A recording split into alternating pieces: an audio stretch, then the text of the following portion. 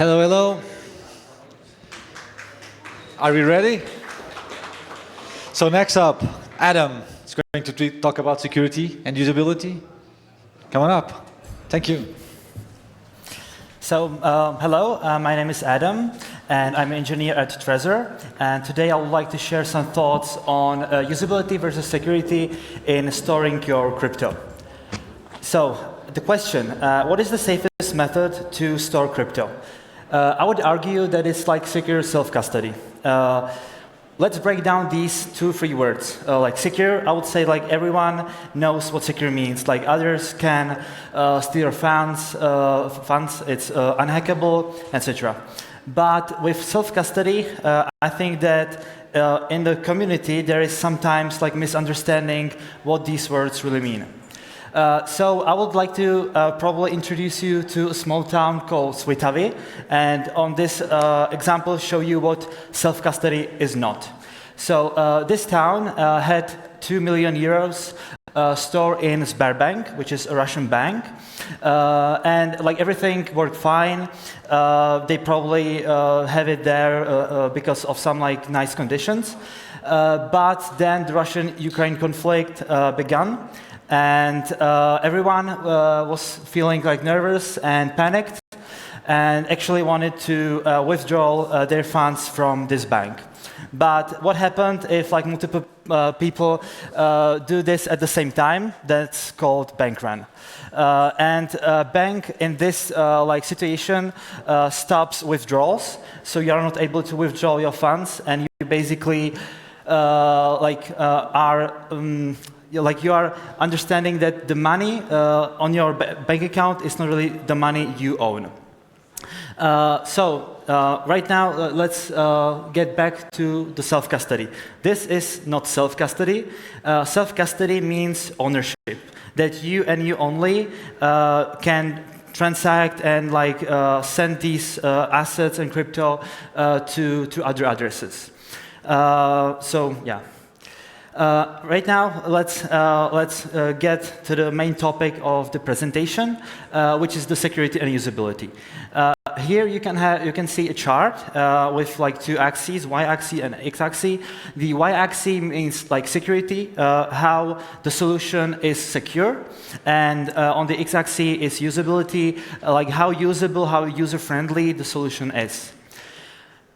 But before that, I would like to talk about this quote, which says, "Security at the expense of usability comes at the expense of security." I would like that sink in so you can think about it, and then I will say what this actually means. So this actually means that if you like technically improve the security of your product, and you are at the same time reducing the usability, then you are like reducing both security and usability, because users will shot in the leg. So yeah. Now let's get back to the chart, and on the top left corner, I would say I will put this picture, that you will lock yourself in a cave. Like this is actually not really accurate picture. You should be there alone. Like you know your private keys in your mind, and like everything, you have no social interaction, so it's basically impossible to steal your funds from you, right? But usability, not that big, so that's this manual cave. Then there are like some DIY solutions. So you bought some air-gapped machine, you install Linux on it, and yeah, you are good to go. But this really, like the security of this solution really depends on how you are, how experienced you are as a Linux user. This will determine the setup of the computer. Next, like there are traditional apps such as Revolut or Coinbase, but everyone probably knows that these are solutions where you are not in charge of the money, because the private keys are stored on their backends, and they can just like say you can't send it to anyone. Yeah, so good usability, like the UI UX of these apps, we all know them, they are like perfect, but security not that big. Also, I don't want you to like mean by this that you should not use Coinbase or Revolut. Like these are fine apps for like transacting or interacting with like lower amounts, like amounts that you are like comfortable having in your physical wallet. Yeah, but for bigger amounts, the best solution in terms of both usability and security is a hardware wallet. Hardware wallet is a single-purpose device that does just one thing, and that is to store your private keys. As a Trezor, we developed the world's first hardware wallet, so we know what we are doing, and also there are other competitors. Yeah. So on the top right corner would be like the best solution in terms of both usability and security, because you are not in the cave. In the cave, there is just the hardware wallet. If your computer gets compromised, it doesn't mean that you will lose your funds, because Trezor or any hardware wallet is basically unhackable, or the probability of hacking it is much lower than traditional computer. And you get a nice UI UX app that when you plug in the Trezor or any other hardware wallet, you get nice UI for sending, receiving, trading, etc. But because we are on an Ethereum conference, it's not just about storing your crypto, but it's actually about like getting some yield and interacting on-chain, like swap, in terms of both usability and security, because you are not in the cave. In the cave, there is just the hardware wallet.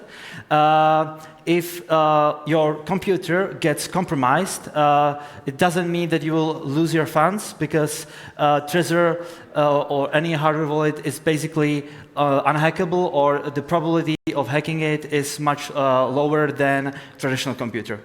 And you get a nice UI UX app that when you plug in the Trezor or any other hardware wallet, you get nice UI for sending, receiving, trading, etc. But because we are on an Ethereum conference, it's not just about storing your crypto, but it's actually about like getting some yield and interacting on-chain, like swaps, borrow money, etc. So I would like to also have a section about like EIPs, free top EIPs, in my opinion, that boosted the protocol security. So first is EIP 1559, and this EIP I think is quite well known. It introduced base fees, which are basically paid like every time you execute and send a transaction, and you also have like priority fees on top of this. And because we introduced base fees, scammers are not right now able to push like transactions with really low fees into the network. So there was EIP Y559. Then there is account abstraction. I think there were like hundreds of presentations about this topic. So I'll just like quickly revise what this does. Actually, account abstractions brings the ability of smart contracts to be first-class citizens. So you can send and execute transactions just like from externally owned accounts. Also, because these smart contracts are basically up to you how they will behave, then you can go crazy, and you can, for example, have there some mechanism. If you lose your private keys, then via some like social channels you are able to retrieve them.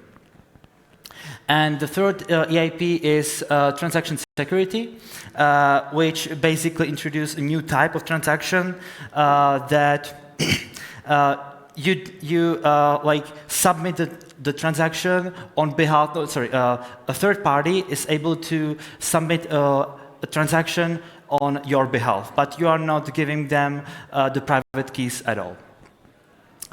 But actually, these were just like tools about like security and usability.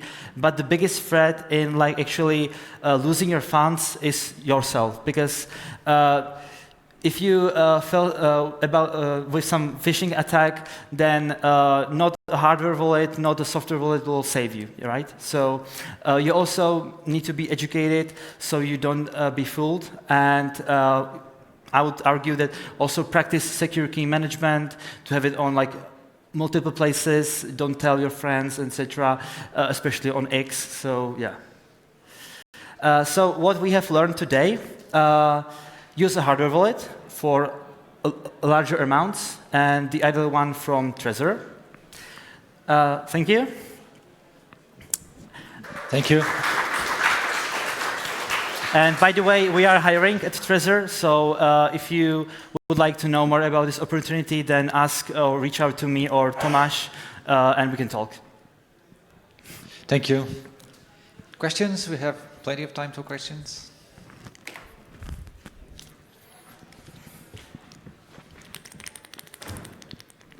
What is your opinion on the Argent or browse accounts that are like stored on the phone? You mean to like Argent X, the client, or? Yeah. I used their like smart contracts wallet because actually it was like the first smart contract wallet ever made, right, by Argent X. I mean, it's nice, but it's not on Ethereum, right? It's on some sidechain, no? Starknet. Starknet, right? Yeah. So on Ethereum, I am not sure right now what are the options for you to create like a account abstraction account wallet. So yeah, but I like the UI. I use their app. So yeah, nice.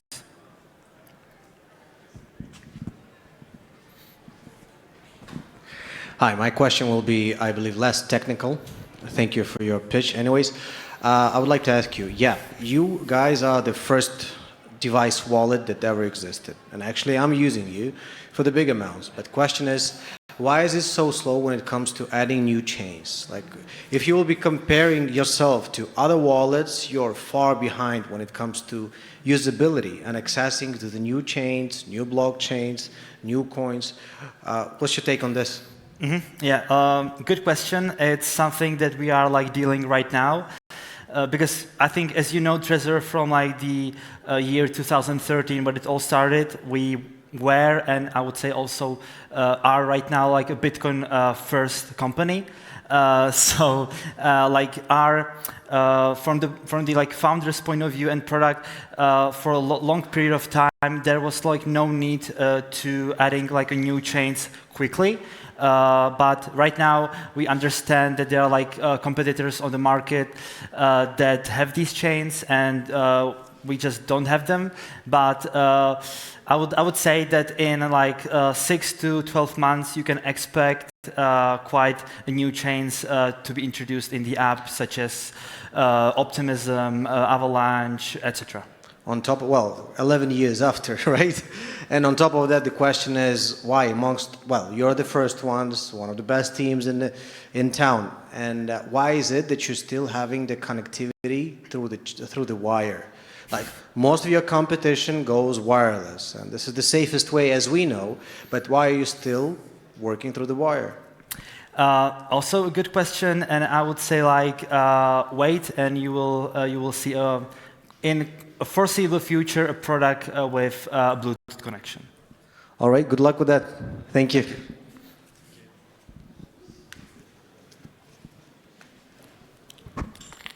Hi, thank you for your talk. Interesting points there.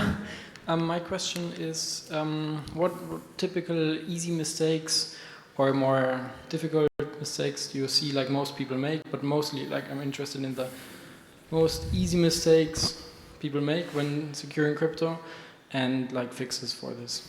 Mm-hmm. Do you mean more like on like behavior, like phishing attacks, or like the tooling?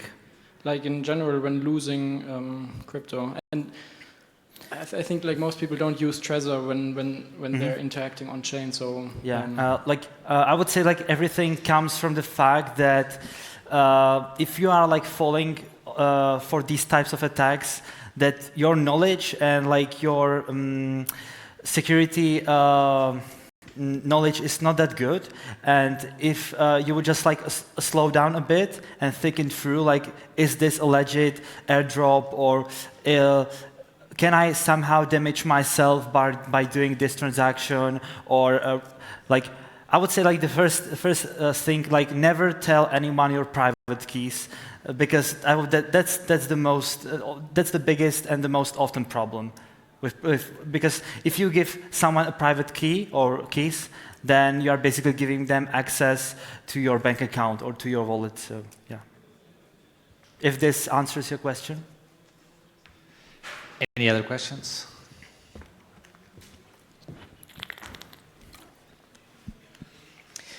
From my experience, Trezor is not working with too many dApps or applications in Ethereum ecosystem with the wallets.